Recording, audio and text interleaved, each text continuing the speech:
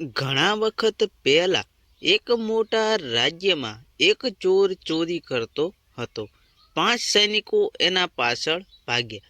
ચોર દૂર એક ખાડામાં સંતાઈ ગયો, પરંતુ સૈનિક એના ખાડાના આગળ પાછળ નજર રાખવા માંડ્યા. બહુવાર પછી સૈનિકોએ કંટાળી બીજી દિશામાં ચોરને શોધવા દોડી ગયા.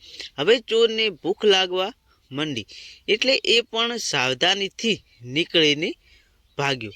ભાગતા ભાગતા તે કે સાધુના આશ્રમમાં આવ્યો. જીવ બચાવવા માટે તેણે નક્કી કર્યું કે થોડા દિવસ સુધી તે આ આશ્રમમાં રહેશે. તે સાધુઓના વસ્ત્ર પહેરીને ત્યાં જ રહેવા લાગ્યો.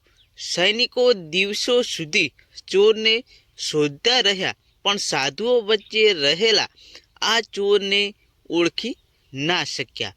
હવે આશ્રમમાં એ ચોરને બધા સાધુઓ બહુ પ્રેમથી અને આદરથી રાખતા. તેની ઘણી દેખભાળ થઈ.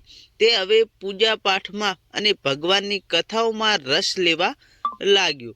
તેણે ભગવાનના નામનો જપ કરવા બહુ જ આનંદ આવવા લાગ્યો અને સંપૂર્ણ જીવન લાગવા લાગ્યું. વર્ષોથી ચોરી કરતો આ માણસને આશ્ચર્ય એ વાતનું થતું કે તેનું મન પણ હરિના નામમાં મગ્ન થઈ ગયું હતું.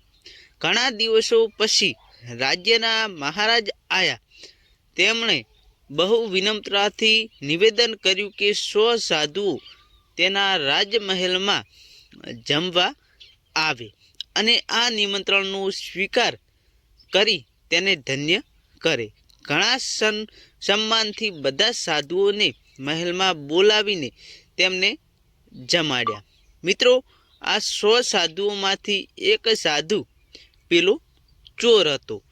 જમતા જમતા એ ચોરે વિચાર્યું કે જે સૈનિકો તેને પકડીને જેલમાં નાખવા માટે દિવસ રાત તેનો પીછો કરતા હતા, એ જ સૈનિકો આજે તેને સન્માનપૂર્વક જમાડી રહ્યા છે.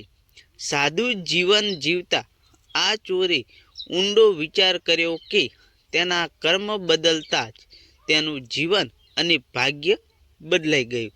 તેણે જીવનભર ચોરી ના કરવાનો સંકલ્પ લીધો. મિત્રો, આ કહાની આપણને સૂચવે છે કે જો તમારું કર્મ બદલાઈ જાય તો તમારું જે આપોઆપ તમારું ભાગ્ય પણ બદલાઈ જશે. મિત્રો, વિડીયો ગમે તો વિડીયોને એક લાઈક કરજો. ચેનલ પર નવા હોય તો ચેનલ સબસ્ક્રાઈબ કરવાનું ભૂલતા નહીં. મળીએ એક નવા વિડીયો સાથે.